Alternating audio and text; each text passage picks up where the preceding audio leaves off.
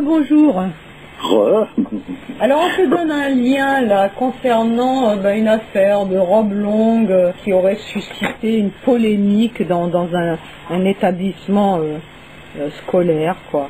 Donc on leur a interdit de mettre des robes longues à des jeunes femmes parce qu'on a considéré cela comme ostentatoire. Voilà. Donc on est encore dans cette histoire de pointer tout ce qui pourrait être un signe religieux dans ce monde de laïcisme. Voilà. C'est vrai qu'actuellement, une ombre de pudeur simplement, c'est inacceptable dans un monde comme le nôtre où on est dans la liberté. Là, on voit bien où ça en veut venir.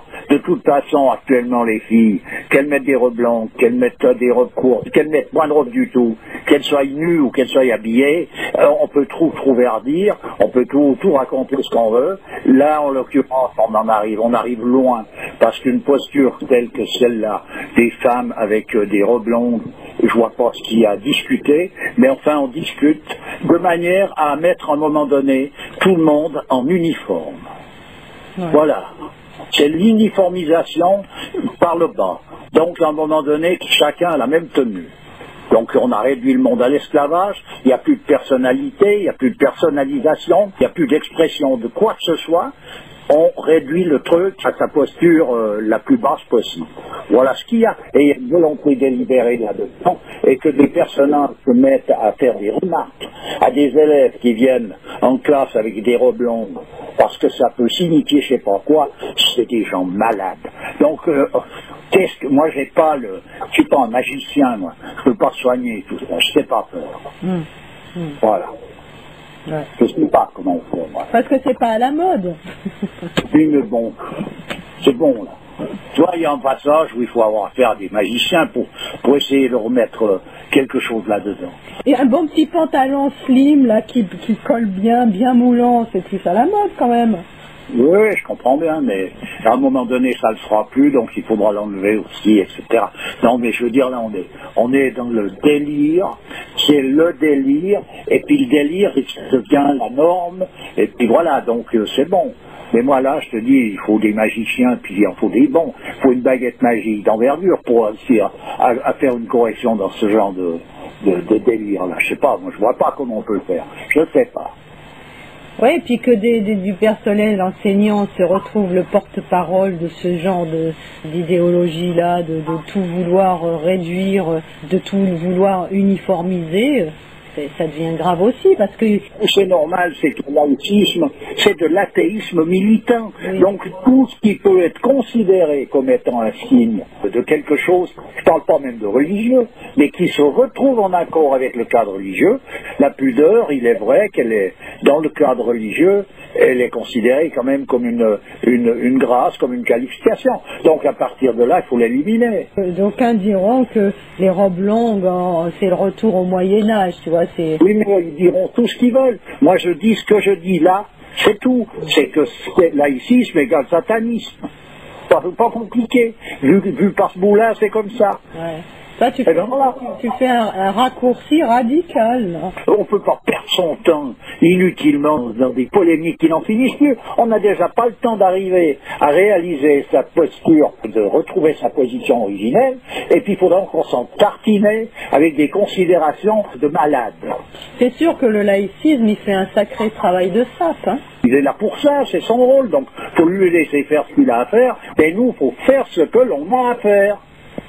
Ouais. C'est pas de s'occuper de lui. Ouais. Tu vois, puis de voir où est-ce qu'il a tort, où est-ce qu'il a raison, de l'air. Ah mais oui, attends, on peut pas s'amuser là, indéfiniment. Finalement, donc ces filles, elles vont se retrouver dans un dilemme, puisqu'elles seront soit obligées d'enlever leur robe longue pour continuer leurs études, soit d'arrêter leurs études et de se retrouver derrière les fourneaux. Alors là, le laïcisme, il va à l'envers de ce qu'il souhaitait faire, c'est-à-dire libérer les femmes, soi-disant. Oui, mais bon, on verra bien ça. les filles en question, elles verront bien de quelle manière elles vont réagir, comment elles vont contourner l'obstacle. Et à un moment donné, si elles veulent s'en tenir à une posture interne, elles s'en tiennent. Chacun d'ailleurs le fera de sa façon, mais de toute manière, ce qu'il faut savoir, c'est que c'est cette tendance à l'uniformisation dans le sens le plus bas possible. Voilà dans quelle direction on amène tout à chacun. C'est la grande libération, c'est-à-dire c'est se répandre. Là, on y est, c'est le but de l'exercice. Donc après, s'il faut combiner, parce que tu ne peux pas faire front à une avalanche, donc tu l'esquives, et ben chacun trouvera une parade, et puis voilà. Il n'y a pas de parade générale pour tout le monde. De toute façon, voilà, une fille qui veut garder sa robe longue, elle peut très bien s'expliquer suffisamment comme il faut, en enlevant tout caractère tendancieux que simplement elle met cette robe longue par goût personnel, parce que voilà, elle trouve beau cet habit, et puis elle a le droit de trouver ça beau. Donc après, elle se débrouille. Hein. Ouais. C'est sûr qu'il y a plus de complaisance, par exemple, par rapport à un look gothique, tu vois, une fille peut venir avec des piercings un peu de partout, les cheveux colorés en bleu et tout, c'est pas un problème, ou punk même, mais un look comme ça, sobre, ça gêne, alors que franchement, c'est vachement moins provoquant, on est moins dans la provocation là. C'est en tout cas un signe bien précis de l'époque dans laquelle on est en train d'évoluer. Pour qu'on en arrive à que quelque chose de normal soit choquant, là je laisse à chacun là, la possibilité de ruminer tout ça. Chacun verra exactement un peu dans quelle direction est-ce qu'on va. Tu sais à quoi ça me fait penser, à cette phrase-là? La vérité n'aura plus d'effet. Voilà. Voilà, oui, c'est le temps viendra où c'est à propos, là. Le temps arrivera où la vérité n'aura plus d'effet, le mensonge plus de méfait. Oui. On vous vendra le mensonge au prix de la vérité, etc., etc. Il y a une multitude d'expressions comme ça dans des prophéties anciennes. Oui. Et on y est plein pot, on y est, puis voilà. Oui. Donc c'est ça qui est à voir. Après, comment chacun va se battre, ça sert à rien de rentrer dans des considérations et dans le jeu du voisinage. Chacun se bat comme il peut pour maintenir ce qu'il veut maintenir, et puis voilà, terminé. Ça sert à rien non plus de faire du fanatisme, ni dans un sens, ni dans l'autre. On s'en fout de toute cette... On n'a pas de temps à perdre, voilà. Bon, alors passons à autre chose maintenant. On te demande, par rapport à... on te demande ton avis par rapport à ce poète du XVe siècle, là, François Villon. C'est pas François Fillon, attention. François Villon. François Villon. Donc, bandit et poète traditionnel. Et, voilà. Alors, j'ai lu l'article, je l'ai lu, franchement l'article il est bidon. Hein. Oui, non mais c'est pour en venir à François Villon, c'est un grand personnage. À présent, sa destinée, il faut concevoir, on en a déjà parlé, quand Saint Paul dit « je fais pas le bien, je voudrais faire, je fais tout le mal que je voudrais pas faire », donc il y a une part entre... Il faut arriver à comprendre ce qui se produit dans la destinée et la raison d'être des choses. Il y a un livre intéressant à lire pour les amateurs de ce genre de problème. C'est le livre, c'est L'étrange aventure de Vangrin. Ah ben oui. L'étrange destin de Vangrin, qui est de Amadou Hampâté-Bâ. Voilà un personnage qui est dans les clous par rapport à la tradition et qui est un fiefé coquin. Donc voilà, il faut bien saisir cette ambiguïté qu'il y a entre ce que le destin nous impose et notre état de conscience et la posture qu'on a là au milieu. Et alors, c'est intéressant de lire ce livre, c'est bien exprimé, voilà. Tu veux dire qu'on peut avoir des caractères, des traits de caractère qui sont complètement à l'opposé de ce qu'on devrait avoir et pas être forcément loin de Dieu? C'est pas des traits de caractère, c'est des actions. Ah oui, des actions, oui. Ouais. De nouveau, je recommence avec une histoire qu'on a déjà expliquée. Moïse, il a tué quelqu'un, alors que c'est lui qui est venu avec les tables de la loi. Tu ne tueras point. Il a tué quelqu'un. Alors où est le passage là, où on arrive à une cohérence? Il faut dépasser tout le raisonnement habituel pour entrer là-dedans d'une manière effective. Et c'est de nouveau par ces démarches traditionnelles qu'on peut arriver à rentrer de manière à comprendre qu'il n'y a pas de contradiction. Oui, parce qu'en fait, on est dans un raisonnement moraliste la plupart du temps. Oui, mais ça, c'est de nouveau une maladie. Donc, on ne peut pas rentrer dans la considération de toutes les différentes façons de différentes manifestations d'une maladie pour essayer de découvrir ce que c'est que la santé. Ouais. C'est pas possible. La démarche est fausse. Donc, le moralisme, c'est une démarche à l'envers. C'est pour s'éloigner du sujet. Voilà. Mais c'est ce qui a détruit toute religion, tout goût pour quelque chose qui correspond justement à une religion, c'est été détruit par les moralistes. tu sais à quoi ça me fait penser, à cette citation de Verlaine, là Oui, il ne faut pas juger les gens d'après leur fréquentation. Judas avait des amis irréprochables. Ouais. Oh, ouais. Ouais, c'est ça, en fait, ça ne veut rien dire, tout cela. Strictement. Donc, c'est quelqu'un, pour toi, qui a une grande valeur, ce François? Oui, c'est un vrai poète. Tout simplement parce que c'est un vrai poète. C'est pas un rimailleur. Ouais. La poésie, dans le monde traditionnel, c'est quelque chose de très important. Tu l'avais dit une fois. Tu vois. Ouais, ça fait partie des arts primordiaux, c'est l'art primordial, la poésie. Alors on peut en venir à un constat de tout à l'heure concernant l'aspect féminin-masculin. Voilà un François Villon qui, lui, est dans la féminité par rapport à son principe et dans la masculinité par rapport à ce qu'il manifeste dans sa poésie. Il est obligé d'être en accord avec ce principe pour pouvoir exprimer ce qu'il exprime et de cette façon-là. Et puisque le principe est masculin, le Dieu, c'est un principe masculin? La vérité, c'est un principe masculin. Oui. Ben non, parce qu'il y a la mère universelle aussi. Ben, tu vois, je veux dire, c'est pas comme ça, il faut aborder le truc. Attends, est-ce que la mère universelle, c'est le principe féminin de Dieu? Ça paraît bête un peu ma question, mais on peut y penser. Dans un certain contexte, on peut considérer les choses de cette manière-là. On parle de Marie, la mère de Dieu.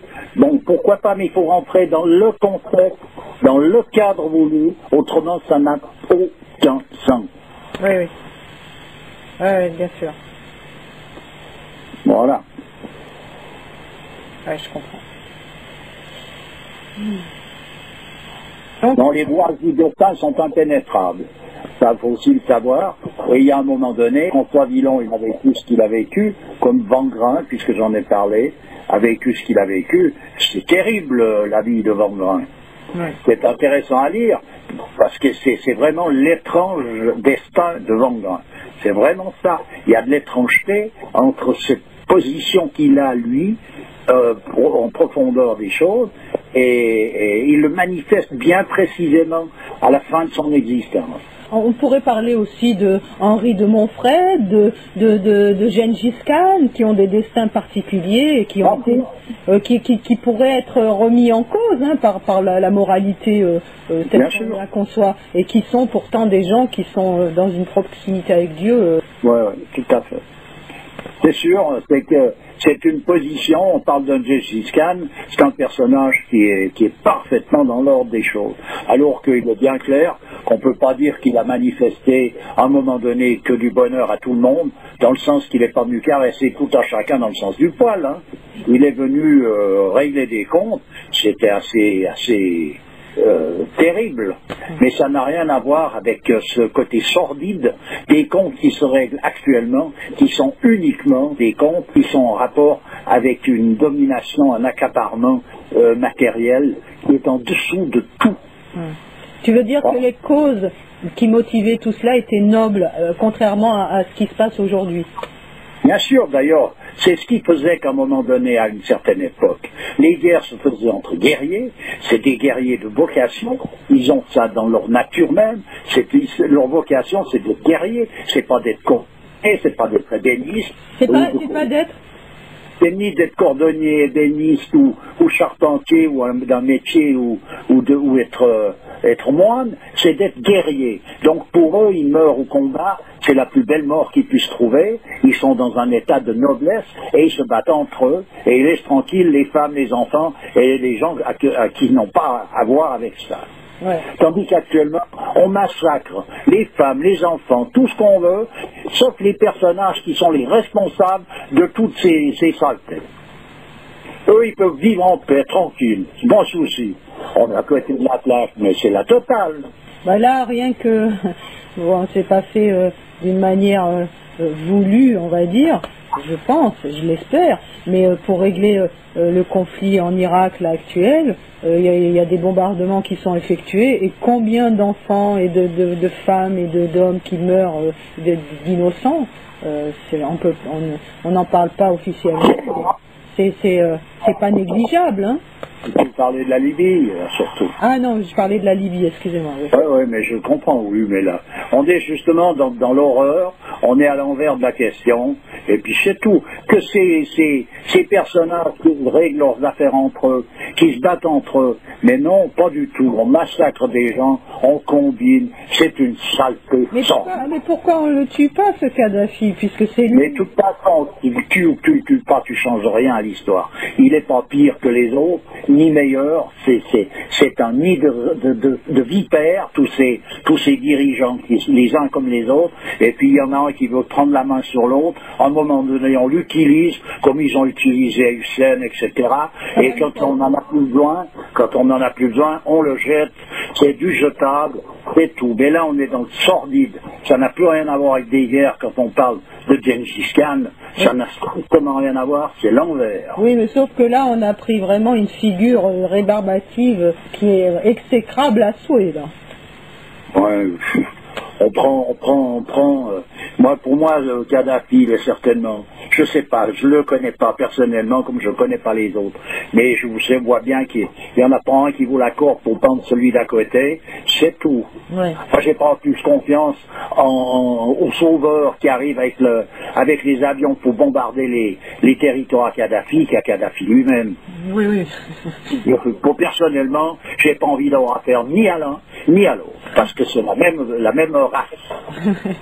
La race des requins. Voilà, donc une race de chiens. Ah, de chiens, tiens. Voilà. Donc, enfin bref, c'est peut-être un peu hard comme je parle, mais je peux pas. On le voit bien, c'est l'horreur dans toute sa grandeur. Oui, bien sûr. Donc il y a une grandeur dans l'horreur. C'est pas possible de faire des saletés pareilles. Puis sous prétexte d'aller sauver des populations, d'aller continuer de les massacrer. Faut arrêter. Ouais. C'est simplement une histoire d'aller s'accaparer le pétrole, les ci, les là. Mais je veux dire, c'est ridicule. C'est tellement gros comme une maison que je me demande comment on peut encore nous faire avaler de telles couleuvres. Mais le citoyen, il avale toutes les couleurs. Ce qu'il avale pas, c'est quelque chose de normal. On va chercher. Il a été conditionné pour ça. C'est un petit peu, on voit des enfants, tu leur donneras à manger quelque chose qui leur convient pour leur santé. Ils n'en veulent pas, ils pleurent, et ils peuvent pas, ils leur vomissent. Tu leur donnes une saleté qui va les faire mourir. Ah, qu'est-ce que c'est bon. On en est arrivé là. Eh oui, c'est vrai. Eh bien, c'est comme ça. C'est vrai, ils ont fait des expériences avec des parfums naturels dans les yaourts et des parfums artificiels. Ils se sont tous dirigés vers les yaourts artificiels. Bien sûr, il y a de temps en temps quelqu'un qui sort du lot, mais je veux dire, c'est des exceptions qui confirment la règle. Parce que leur goût est dénaturé, tu vois. Alors finalement, voilà. Tout est dénaturé. Même notre conscience est dénaturée, t'imagines? C'est pas la conscience en elle-même, mais c'est ce qui la recouvre. C'est-à-dire? C'est l'ensemble de tout un fatras. La conscience en elle-même, elle est pure, elle reste pure, c'est l'intelligence même. L'intelligence en elle-même, elle n'est pas corruptible. C'est l'homme qui peut corrompre sa propre intelligence dans le sens qu'il la manifeste d'une manière corrompue. Ouais. Voilà. Oui, c'est encore le même hiatus qu'il y a entre ce que représente une chose réellement et ce que cette chose est devenue finalement. Oui, ce que l'homme peut en faire. Et ce que l'homme peut en faire. Bon, voilà. Ok, écoute, je te remercie, on va rester là. On va en rester là. Et puis je te dis à bientôt. À très bientôt. À bientôt. Allez, au revoir. Au revoir.